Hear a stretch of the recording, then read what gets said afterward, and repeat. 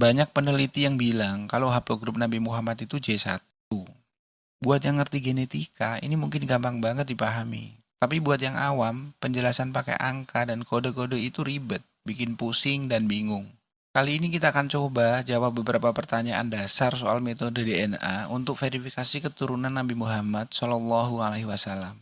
Nabi Muhammad hidup sekitar 1400 tahun lalu. Apa haplogrup J1 nggak berubah? Meski udah diwariskan sampai 40 generasi, kromosom Y adalah salah satu dari dua kromosom seks pada manusia yang cuma dimiliki laki-laki. Beda sama perempuan yang punya dua kromosom X atau XX. Laki-laki punya satu kromosom X dan satu kromosom Y atau XY. Kromosom Y ini diwarisin dari ayah ke anak laki-lakinya. Jadi tiap anak laki-laki dapat kromosom Y dari ayahnya dan kromosom X dari ibunya. Kromosom Y punya sedikit banget variasi atau perubahan dibandingin kromosom lainnya. Ini bikin dia sangat stabil dan hampir nggak berubah dari generasi ke generasi. Kalaupun ada mutasi SNP, mereka cuma ngebentuk subkelompok baru kayak J1A atau J2B dan tetap berada dalam haplogrup J. Artinya, nggak bakal tiba-tiba dari J berubah jadi G atau yang lainnya yang jelas-jelas beda jalur evolusi dan mutasinya. Dengan konsep ini, ilmuwan bisa lacak dan konfirmasi garis keturunan laki-laki, bisa memetakan hubungan antar individu, juga ngerti sejarah genetika manusia. Wah, jadi kalau saya tes DNA dan hasilnya J1, artinya saya keturunan Nabi Muhammad dong. Jadi gini, tes DNA itu nggak bisa menentukan nasab, tapi bisa membatalkan nasab. Keturunan Nabi Muhammad berhaplogrup J1. Tapi nggak semua orang yang berhaplogrup J1 adalah keturunan Nabi Muhammad. Kenapa gitu? Kisah analoginya seperti ini. 1400 tahun lalu di Jawa Tengah ada laki-laki bernama Pak Karto yang berhaplogrup J1. Dia punya dua anak laki-laki, Tono dan Tony, yang otomatis berhaplogrup J1 juga karena mereka mewarisi kromosom Y dari ayahnya. Tono punya 12 anak laki-laki dan Tony juga punya 12 anak laki-laki. Jadi 24 anak laki-laki ini juga berhaplogrup J1. Seiring waktu, anak-anak Tono dan Tony ini merantau, nyebar ke berbagai daerah bahkan lintas negara buat cari nafkah. Sebagian besar dari mereka bahkan menjadi warga negara di tempat mereka merantau itu. Nah, 1400 tahun kemudian, ada pencarian keturunan keluarga Tony bin Karto yang bakal dapat warisan 1 ton emas tiap orangnya. Setelah pencarian dan tes DNA, ketemu tuh seorang laki-laki berhaplogrup J1 sama dengan haplogrup Tony. Tapi setelah ditelusuri lebih jauh, ternyata dia bukan keturunan Tony, melainkan keturunan Tono meskipun haplogrupnya J1. Dari cerita ini kita paham kalau keturunan Tony yang dicari pastilah berhaplogrup J1.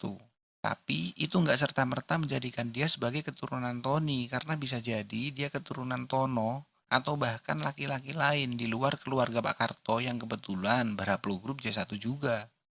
Pencarian pun dilanjutkan. Ditemukan seorang laki-laki yang menurut sumber sejarah adalah keturunan asli Tony. Data ini diperkuat dengan cerita masyarakat dan klaim orang itu sendiri. Setelah tes DNA, ternyata orang itu berhaplogrup G. Peneliti pun menyimpulkan kalau klaim dia sebagai keturunan Tony nggak benar, karena keturunan Tony harus berhaplogrup J1 seperti kakek moyangnya. Otomatis klaim bahwa orang tersebut adalah keturunan Tony batal. Ini yang dimaksud, tes DNA bisa membatalkan nasab seseorang, karena berbeda dengan haplogrup kakek moyangnya.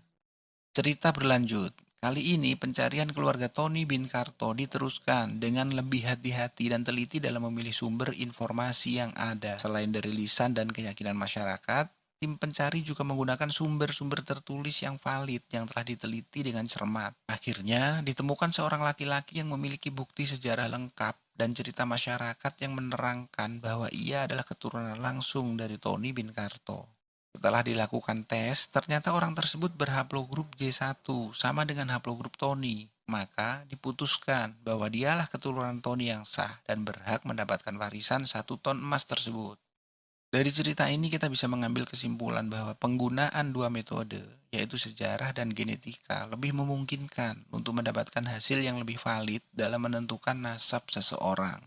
Nah, sekarang pertanyaannya, ini beda lah. Haplogrup Pakarto udah jelas-jelas diketahui dari awal. Gimana dengan Nabi Muhammad? Dari mana sampel DNA didapetin sampai bisa ambil kesimpulan kalau haplogrup Nabi J1? Secara beliau hidup ribuan tahun yang lalu. Baik, memang benar. Rasulullah Shallallahu Alaihi Wasallam udah tiada. Mengambil sampel DNA langsung dari Nabi sendiri mustahil. Nggak ada yang punya sampel DNA yang autentik dari beliau.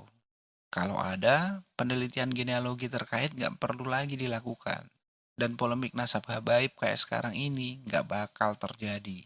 Kesimpulan bahwa YDNA itu mungkin berasal dari Nabi didasarkan pada pengujian individu yang kemungkinan besar merupakan keturunannya dan mencari tanda-tanda YDNA yang serupa. Seperti yang kita tahu, Nabi Muhammad tidak memiliki anak laki-laki yang masih hidup, tetapi putrinya, Fatimah, menikah dengan sepupu kedua dari pihak ayah beliau, yakni Sayyidina Ali, dan punya dua cucu laki-laki, Hasan dan Hussein. Ali adalah sepupu kedua dari Nabi, berarti mereka memiliki kakek yang sama. Karena memiliki kakek yang sama, maka Y-DNA mereka adalah sama, begitu pula dengan Hasan dan Hussein. Karena kromosom Y dari garis keturunan laki-laki tidak akan pernah berubah. Mungkin ini juga yang jadi alasan kenapa dulu Rasulullah menolak lamaran Abu Bakar dan Umar dan menikahkan putrinya dengan Ali yang memiliki Y-DNA yang sama dengannya. Wallahu a'lam. Nah, satu-satunya cara yang paling relevan adalah mengambil sampel Y-DNA dari keturunan laki-laki beliau yang memungkinkan untuk itu. Artinya yang masih hidup. Persoalannya, saat ini banyak sekali orang yang mengaku sebagai keturunan Nabi. Nah, untuk itu, sampel harus diambil dari orang yang saat ini paling diyakini sebagai keturunan Nabi berdasarkan bukti sejarah yang ada. Lantas, siapa orang yang paling diyakini sebagai keturunan Nabi yang saat ini masih hidup? Nah, salah satu contoh tokoh yang paling diyakini sebagai keturunan Nabi Muhammad SAW yang saat ini masih hidup adalah Raja Abdullah II dari Yordania. Raja Abdullah II adalah tokoh yang saat ini masih hidup dan paling diyakini sebagai keturunan Nabi karena berasal dari garis keturunan Hashemite, yang dianggap sebagai keturunan langsung dari Nabi Muhammad melalui cucu beliau, Husain bin Ali. Keluarga Hashemite memiliki sejarah panjang yang menghubungkan mereka dengan Nabi Muhammad. Mereka berasal dari klan Bani Hashim, yang merupakan cabang dari suku Quraisy di Mekah. Nabi Muhammad sendiri lahir dari klan ini, sehingga garis keturunan Hashemite memiliki hubungan langsung dengan beliau. Sejarah mencatat bahwa keluarga Hashemite telah memerintah Mekah selama berabad-abad sebelum akhirnya mendirikan kerajaan di Yordania. Pengakuan internasional terhadap klaim keturunan ini juga memperkuat validitasnya. Selain Yordania, banyak negara dan tokoh muslim yang mengakui bahwa keluarga Hashemite adalah keturunan Nabi Muhammad. Hal ini memberikan dasar yang kuat untuk menganggap hasil tes Y-DNA mereka sebagai representasi dari haplogrup Nabi.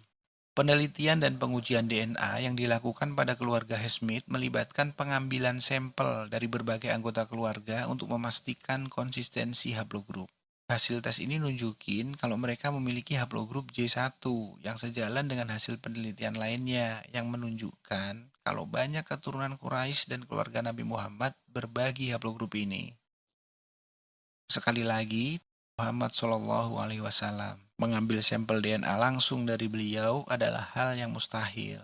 Oleh karena itu, kesimpulan tentang keturunan Nabi tidak bisa 100% dibuktikan sebagaimana yang diketahui oleh para ahli genealogi. Hampir tidak ada kesimpulan tentang leluhur atau keturunan yang dapat dibuktikan 100%, terutama ketika kesimpulan tersebut didasarkan sebagian besar pada catatan lisan dan tertulis. Namun, metode genetika ini akan memperjelas bukti yang sebelumnya telah